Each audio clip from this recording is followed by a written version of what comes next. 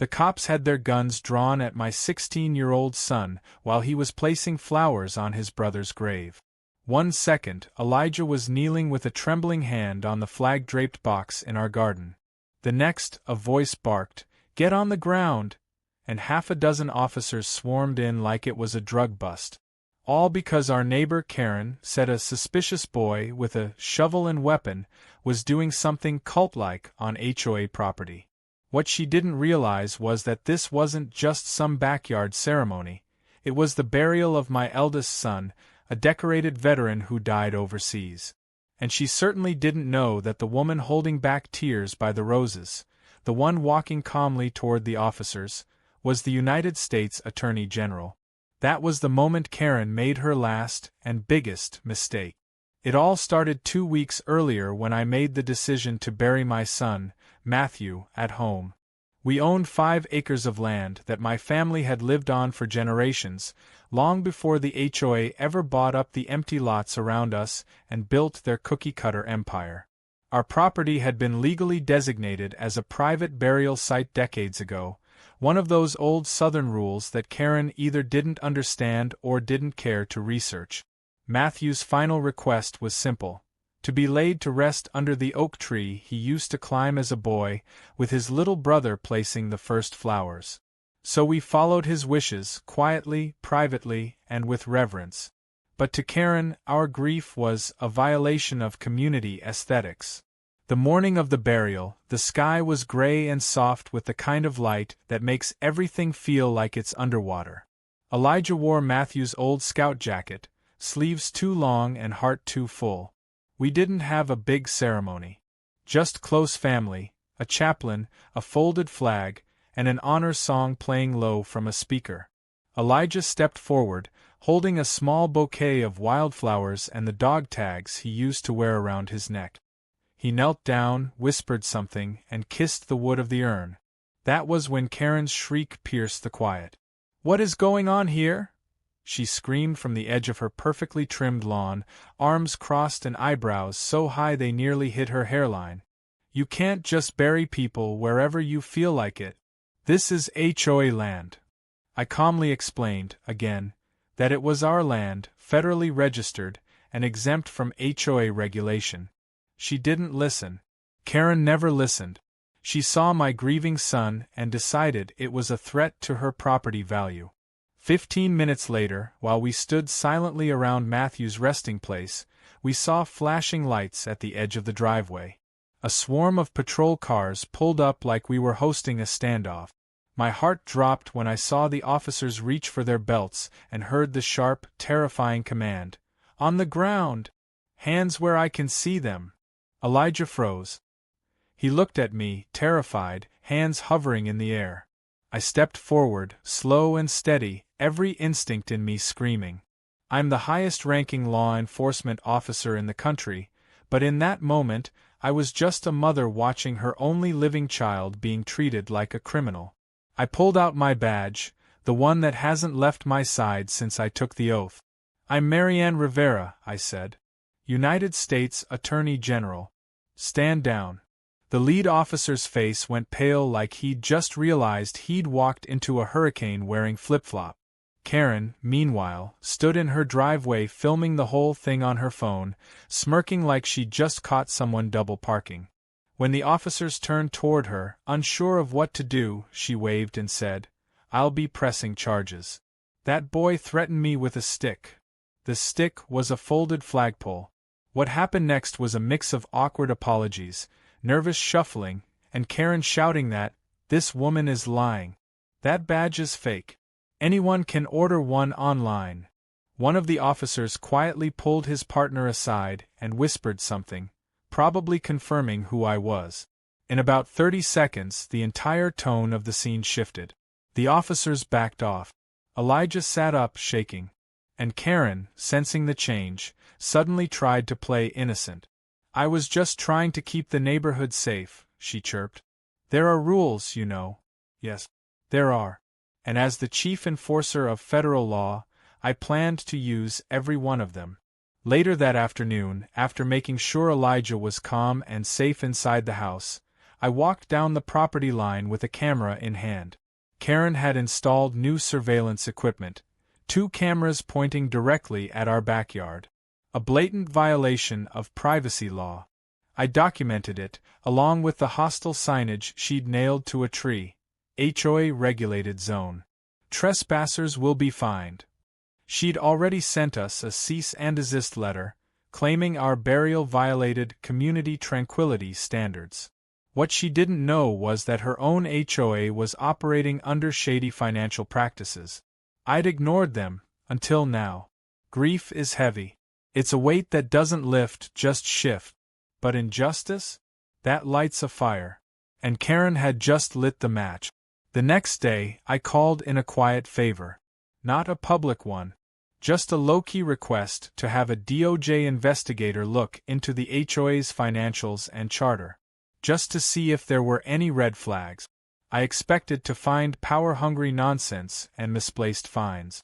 What I didn't expect was wire fraud, elder abuse, and enough violations to fill a legal textbook. The HOA wasn't just run poorly. It was a private little kingdom, and Karen was its unstable queen. And she'd just declared war on the United States government. The morning after the burial debacle, the neighborhood was quieter than usual, like the air itself knew something big had shifted. Karen's lawn ornaments, normally lined up like soldiers, were askew, one flamingo knocked over like it had fainted from the drama. I sipped my coffee on the porch, eyes scanning the street as neighbors passed by just a little faster than normal, pretending they didn't see me. Word had gotten out, not just about Karen's 911 stunt, but about who I really was. A few people gave half-hearted waves. Others ducked behind hedges. I didn't blame them. They were all under Karen's thumb, and for the first time, they realized that thumb might be about to get crushed. Karen, on the other hand, had doubled down. She posted on the HOA forum, accusing me of faking my government position to intimidate hard-working board members, and claiming that Elijah had terrorized the block with military theatrics. I read it 3 times, just to make sure I wasn't hallucinating. She had uploaded blurry photos of Elijah holding the flag, adding dramatic captions like, "Suspicious youth in camo jacket, armed and dangerous?" Someone commented, "Isn't that the Attorney General's son?" And Karen replied, "Not confirmed. Could be crisis actors." That was when I decided she needed a legal wake-up call. I called Royce, one of our quietest but most meticulous DOJ investigators. The man looked like a middle school math teacher, and had the people skills of a houseplant, but give him a spreadsheet and a set of bylaws, and he could dismantle an empire by lunchtime. I didn't give him instructions, just told him, the HOA in Oak Ridge Estates. Start with finances, then poke around. No pressure. He simply nodded and disappeared into his world of coffee, files, and cryptic post-it note. Meanwhile, Karen called an emergency HOA meeting. She passed out flyers door to door, wearing a visor and a windbreaker like she was running for office. "Community safety and neighborhood standards are under attack," the flyer read. "Attend to protect our values." When I showed up with Elijah, every head in the room turned like we'd kicked in the door. Karen stood at the front, gripping a wireless mic like a talk show host. Her smile faltered when she saw us, but she pressed on. "Neighbors," she began, voice shaky with fake concern, "we need to talk about the misuse of property for unapproved events." She gestured toward us dramatically. "There was an unauthorized funeral last week, involving flags, weapons, and minors in distress. Our rules clearly state no personal ceremonies without HOA oversight." I raised my hand. "Our property is exempt from HOA governance. It's been on file with the county since 1979. You can look it up." Karen smirked. "Anyone can file something. Doesn't make it legal. You'll need HOA clearance moving forward." That's when Elijah, standing beside me with a folder in hand, opened it and read aloud. "Here's the state exemption for family cemeteries on private land, signed and notarized. And here's the deed showing the HOA was formed 20 years after our property was established. And here's a court ruling confirming that cemeteries, especially military-affiliated ones, fall under federal protections. The room went silent. Someone in the back actually whispered, "Oh wow." Karen turned red, then pivoted hard. "This isn't just about you. It's about everyone. I've received multiple complaints about noise, flags being lowered without permission, and, frankly, the emotional impact on other residents." "Are you suggesting grief should be scheduled?" I asked, voice calm but sharp. Karen blinked, flustered, then attempted to switch tactics. "Let's vote," she said quickly. "All in favor of requiring pre-approval for any ceremonies, including but not limited to burials, memorials, flag displays, and gatherings of more than 4 people, say aye." Only 2 hands went up. Hers and a man who looked like he'd been promised a fruit basket. Karen looked betrayed. "Well, the rest of you clearly don't care about the rules." A voice from the crowd piped up.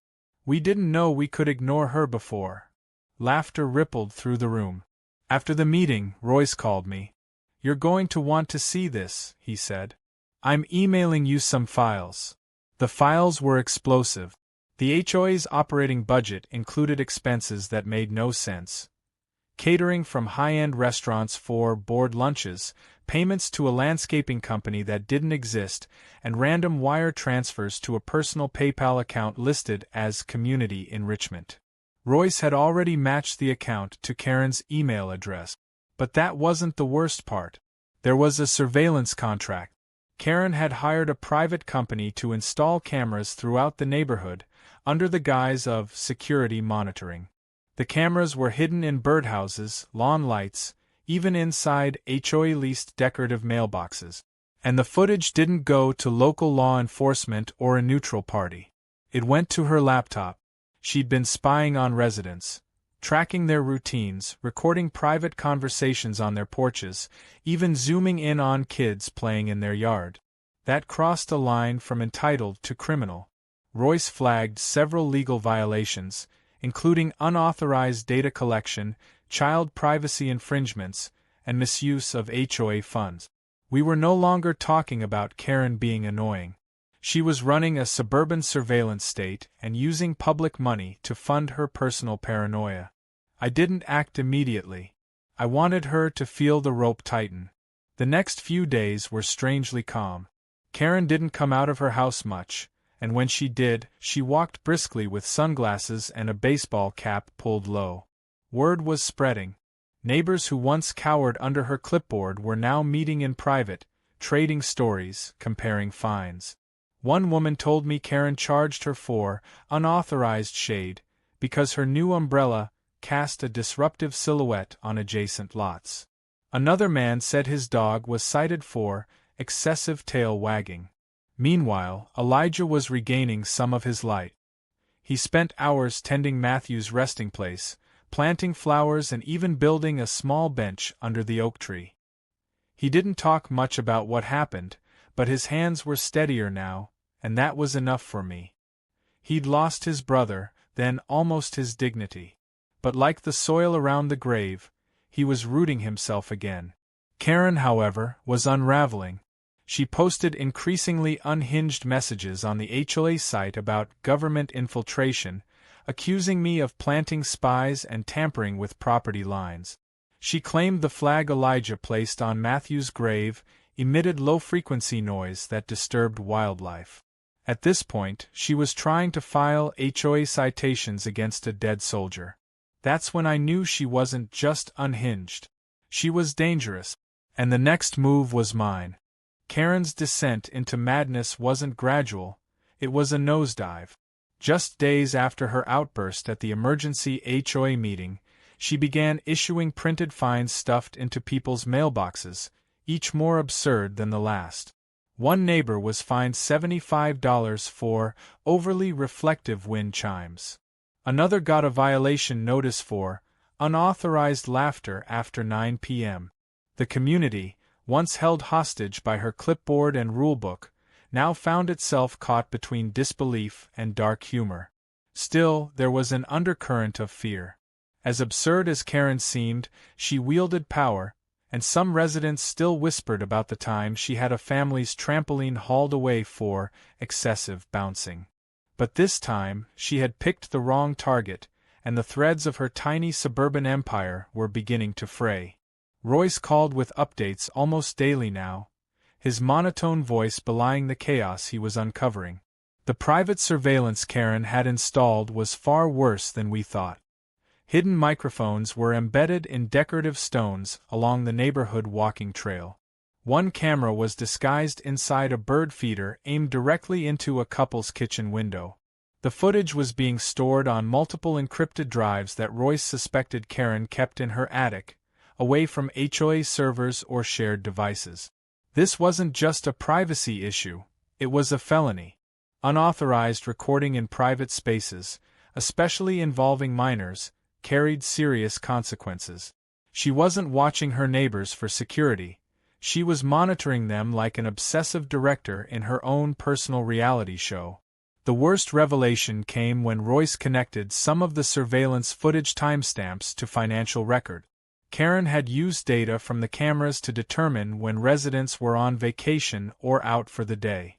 During those gaps, she would fine them for fabricated violations, often accompanied by faked time-stamped photos. One man had received a warning for leaving his trash bins out too long, even though he was out of town and they were tucked away in his garage. Karen had walked onto his property, pulled the bins out herself, snapped a photo, and then issued the citation. I confronted the police chief of the local precinct, a decent man named Whitaker who looked exhausted when I showed up unannounced. He admitted the department had been receiving Karen's reports for years but never had enough to go on. "She buries us in paper," he said, rubbing his forehead. "Mostly noise complaints, imaginary fence encroachments, unlicensed holiday decor. We didn't realize she was running her own surveillance grid." I handed him a folder labeled Operation Flamingo. He opened it and stared at the first few pages. His eyes widened. "She's finished," he muttered. But Karen wasn't done fighting. In a move that stunned even me, she sent a cease and desist letter to the Department of Justice. The letter accused the DOJ of harassment, entrapment, and overreach into sovereign community affairs, and demanded a full withdrawal of government presence within HOA territory. She even underlined the phrase sovereign community 3 times. Royce forwarded the scanned letter to me with a subject line that read, "I think she thinks she's a country now." What Karen didn't know was that Royce had already secured a warrant. A quiet, surgical operation was scheduled, nothing flashy, just a tactical extraction of the surveillance equipment, computers, and financial documents that would complete our case.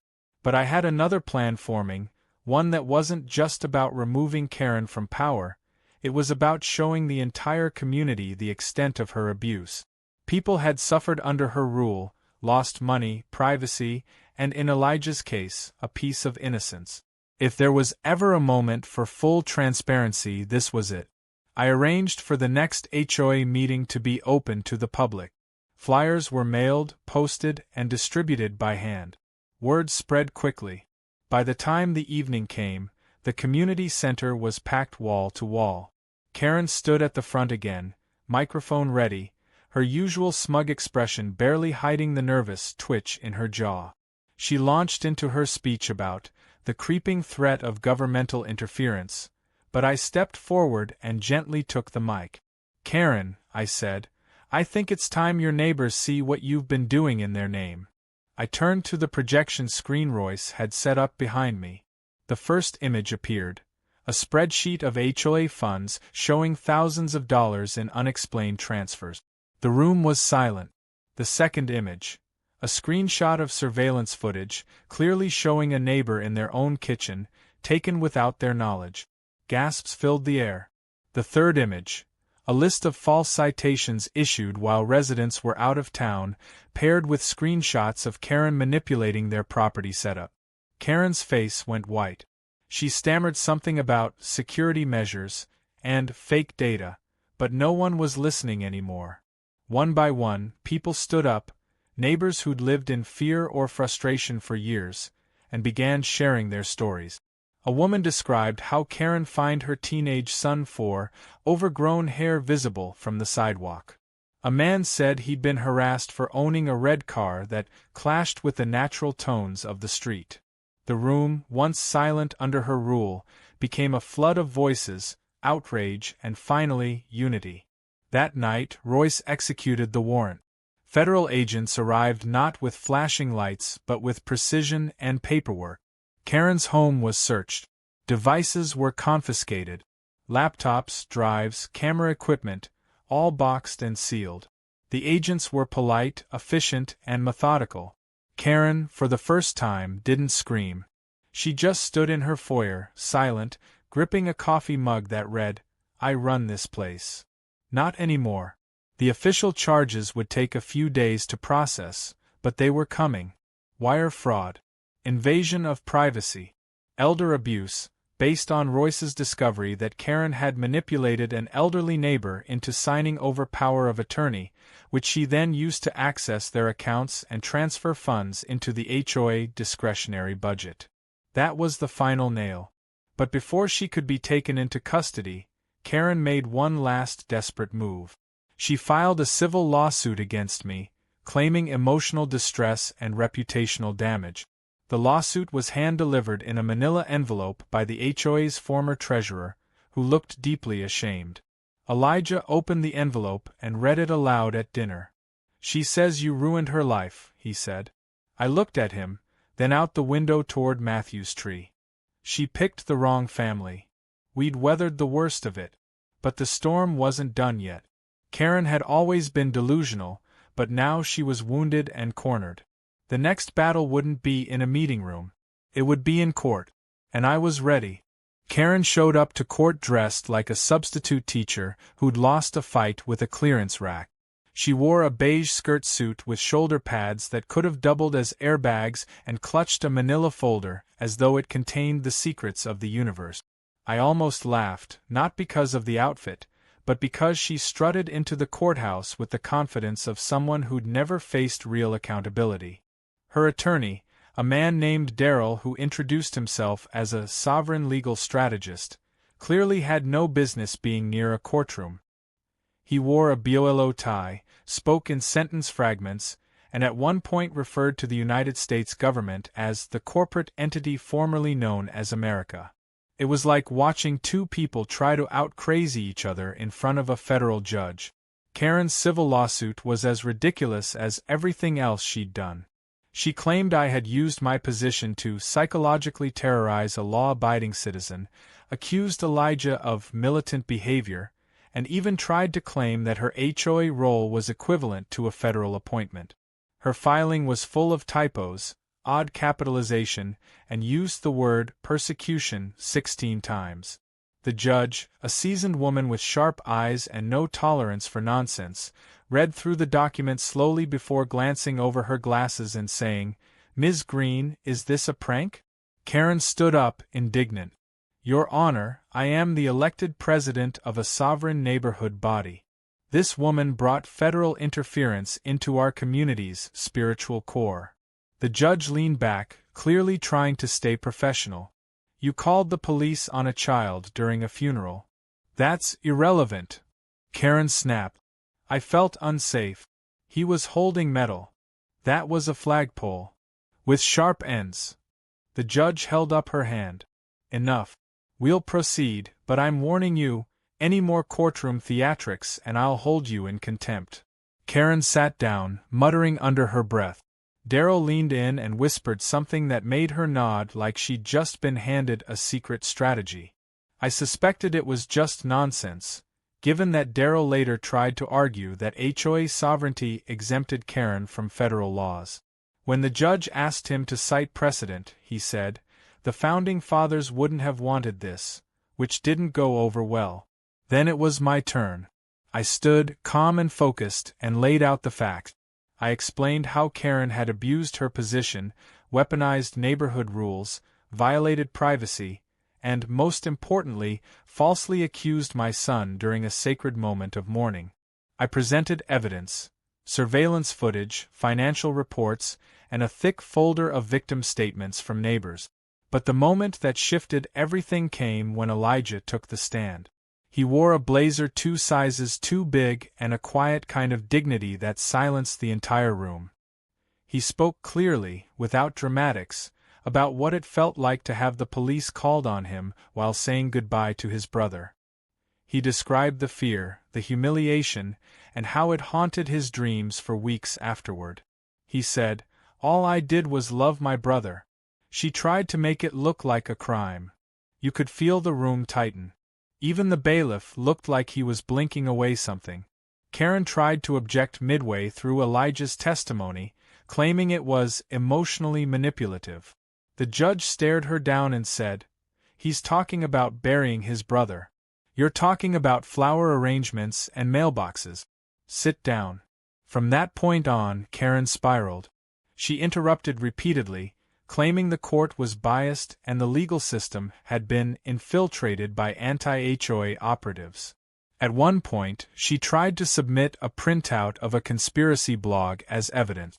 The judge refused to even look at it. Her final move came during closing statements, when she stood up and tried to give what she called a citizen's declaration of rights. She began shouting about HOA independence and attempted to rip up a printed copy of the U.S. Constitution, an act that was both ironic and deeply confusing. She was immediately removed from the courtroom and fined for disorderly conduct. The judge didn't even need a recess. She ruled in my favor on the spot, dismissing Karen's lawsuit as frivolous and malicious. Not only that, but the court imposed sanctions on Karen for abusing the legal system and referred her for further criminal investigation.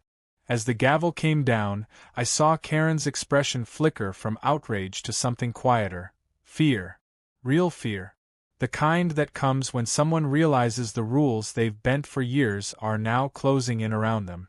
But the consequences didn't stop there. The DOJ's official charges were filed that same afternoon. Karen was indicted on multiple counts, including wire fraud, unlawful surveillance, harassment, elder exploitation, and obstruction. The press got wind of it quickly. Within 24 hours, Karen went from HOA president of Oak Ridge Estates to suburban tyrant indicted by feds in headlines. Reporters camped out near her house.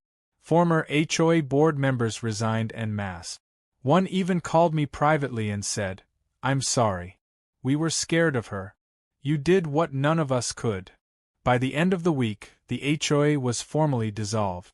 With the board disbanded and its funds frozen, there was no one left to enforce Karen's fantasy rules. The neighborhood finally exhaled. Families removed Karen's decorative notices from their mailboxes.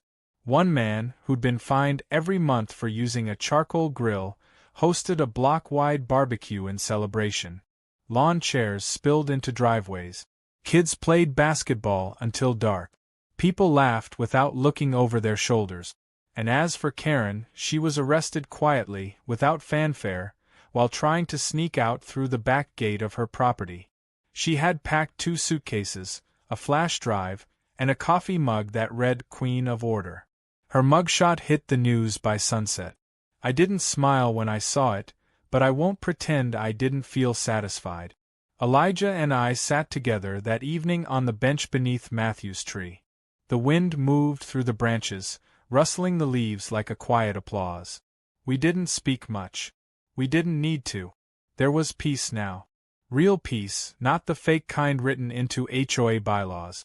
Before we went inside, Elijah looked over at me and said, "She thought she owned this place."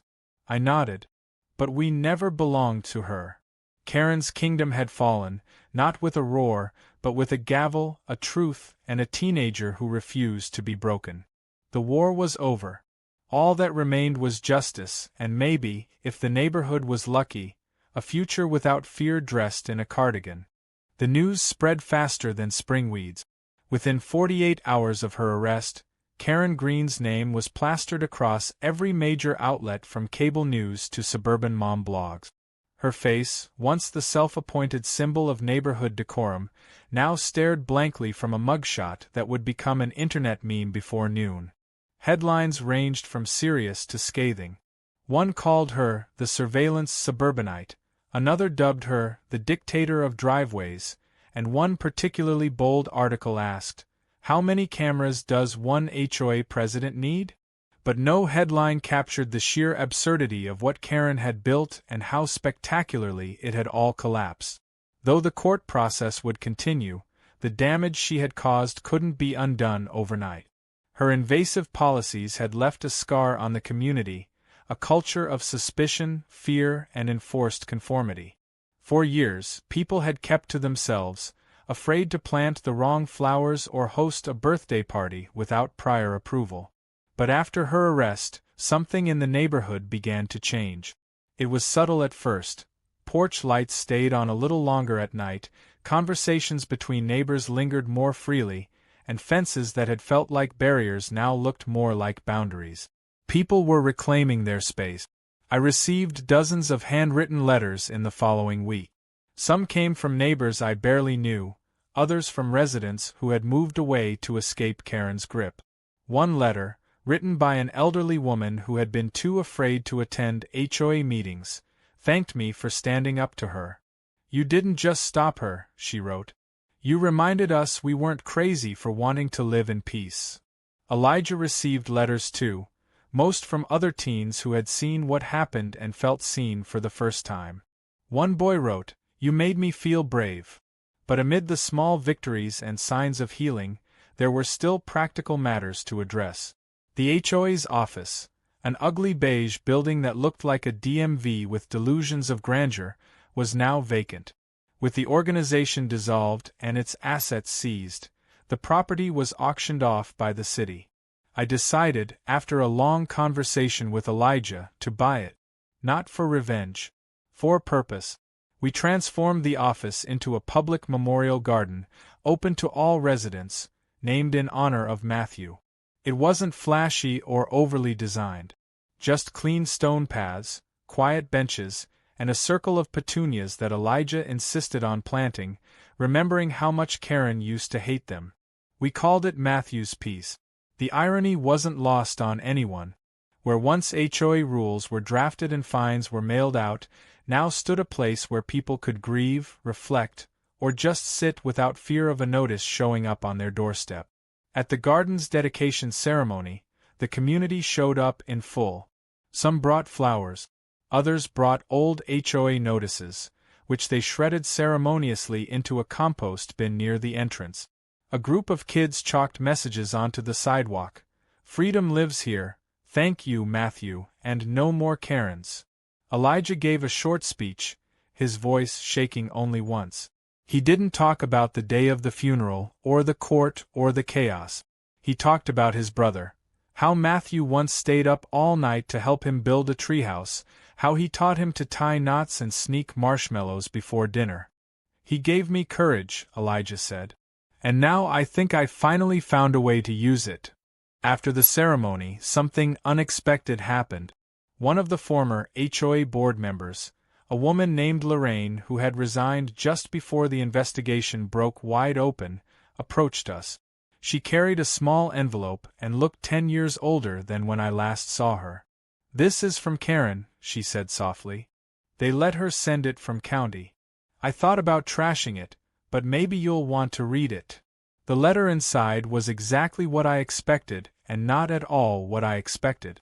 It was scrawled in purple ink, clearly written in haste, and opened with a line that read, "I still hate petunias."